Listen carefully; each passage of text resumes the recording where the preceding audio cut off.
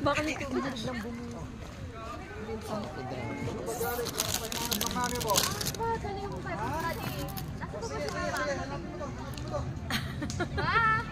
Ma! Oh, saan ka na naman galing? Ganitong Bible study. Gabing-gabi na, Bible study. Ano ba yung pinagsasasabi mong Bible study na yan? May natutulong ba yan sa pamilya natin? Naku, may totoong piyak. Papasok ang isa pang suwail na anak.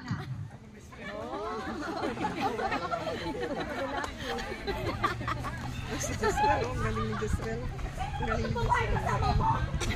Ako ba naman? Lasing ka naman. Hindi ka ba dito? Katulad ka ng ama mo. Katulad ka ng ama mo. Hindi lumayas ka na.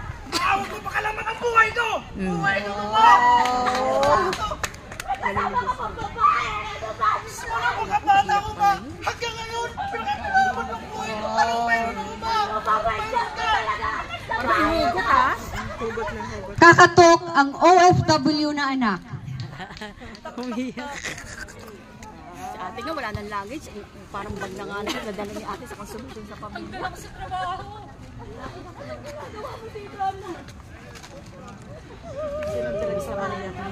Si Jessa. Pinapadalang ko ng bakit na tirito ka. Ano nangyari sa'yo? Si Jessa. Anak naman. Kaya natin ito, ma. Kaya natin ito. Kakayanin natin ito, ma. Ayoko na. Wala na mangyayari sa pamilya kita.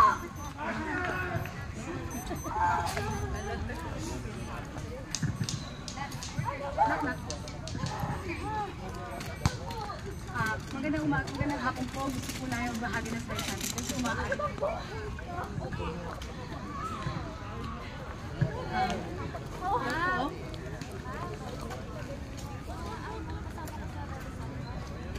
Eto na naman. Ano bang magtutulong yan, anak, sa atin? Wala na tayong mga Tricia. Nagdala ka pa ng kung sino-sino dito. Ma, hindi sila sino-sino. Matutulungan tayo nito. Ano ba itutulong nyo? Sige, mapapakain niyo ba kami? Maaari po kami mag-share ng word of God sa inyo. May babasahin po kami verses para sa inyo para po makatulong sa inyo mga dalangin ngayon. So, in the